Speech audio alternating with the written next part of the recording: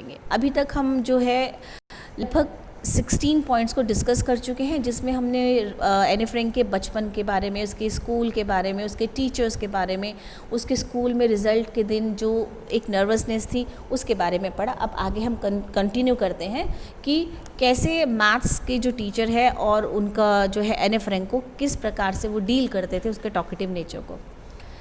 As a punishment, she was made to write an essay on a chatterbox by him. क्योंकि Anne Frank जो है बहुत बात करती थी, बहुत टॉकेटिव थी, तो उनके टीचर मिस्टर कीसिंग जो उनके मैथ्स टीचर थे, उन्होंने उस एनी फ्रैंक को एक पनिशमेंट दी। क्या पनिशमेंट दी? उन्हें एक ऐसे लिखने के लिए दिया, और ऐसे का टॉपिक था अ chatterbox. She wrote 3 pages on it and argued that talking was a student's trait and she would do her best to control it.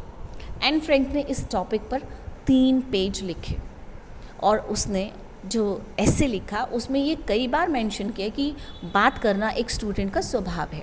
ये स्वाभाविक है एक स्टूडेंट की लाइफ में कि वो बात करेगा ही, और बहुत मुश्किल है इस पर कंट्रोल करना। और एन फ्रैंक ने एक बात और भी कही, इसमें मेंशन की कि एन फ्रैंक की जो मदर है वो भी बहुत टॉकेटिव है। तो एनी फ्रैंक के अनुसार जो ये बात करने का गुण है, ये टॉकेटिव जो नेचर है, एनी फ्रैंक को अपने परिवार में हेरिडिटी के फॉर्म में मिला है, और इसको ठीक नहीं किया जा सकता। Mister Keesing had a good laugh at her arguments but gave her another essay to write on an incorrigible chatterbox.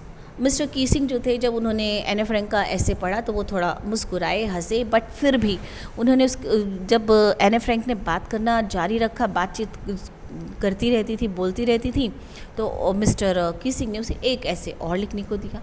इस बार ऐसे का टॉपिक था एन इनकॉरिजिबल चैटरबॉक्स. और कमाल की बात ये थी कि एनी फ्रैंक ने वो ऐसे भी लिखा. शी रोट दैट ऐसे टू, उसने वो भी ऐसे लिखा, but continue talking in the class. वो ऐसे भी लिखा, लेकिन क्लास में बात करना भी जारी रखा.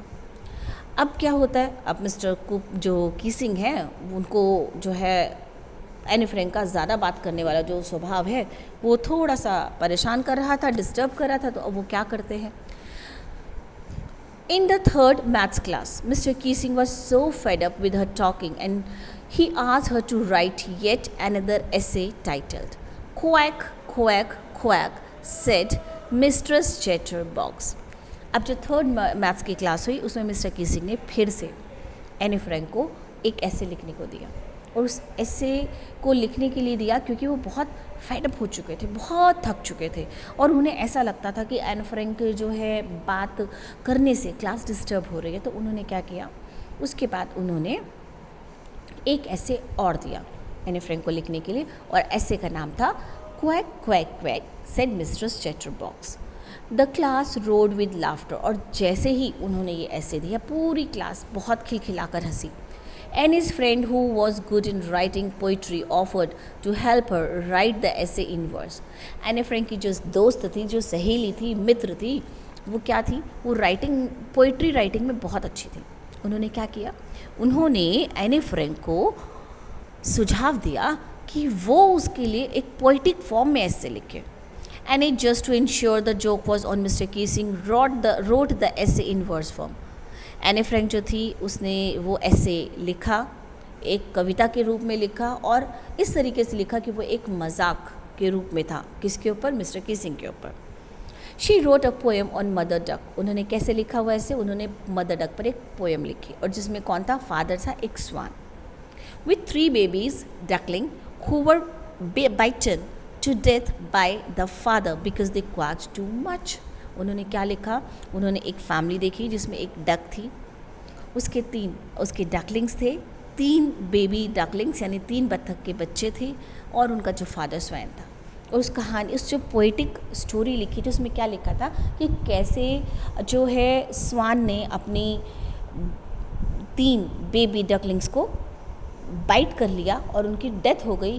क्यों? क्योंकि वो उसने बाइट करने का रीज़न क्या था, क्योंकि वो बात बहुत करते थे, और बात बहुत करते थे यानी कि वो क्वैक क्वैक क्वैक बहुत बोलते थे. Mister Keesing had a good sense of humour. He did not get annoyed but enjoyed the joke and read her poem to the whole class, to the other classes too.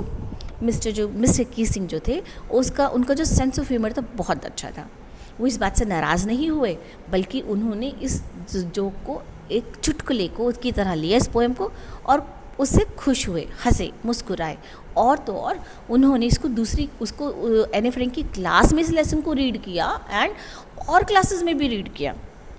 After that Mister Keesing never scolded any for talking too much in the class. उसके बाद mister कीसिंग ने Anne Frank को कभी भी class में ज़्यादा बात करने के लिए डांटा नहीं।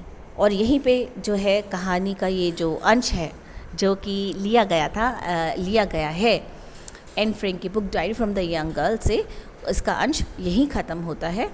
सो in the next session I will be sharing with all of you summary of the lesson. अगले सेशन में हम सभी इस लेसन का एक संक्षिप्त रूप सारांश करेंगे। Thank you and have a nice day.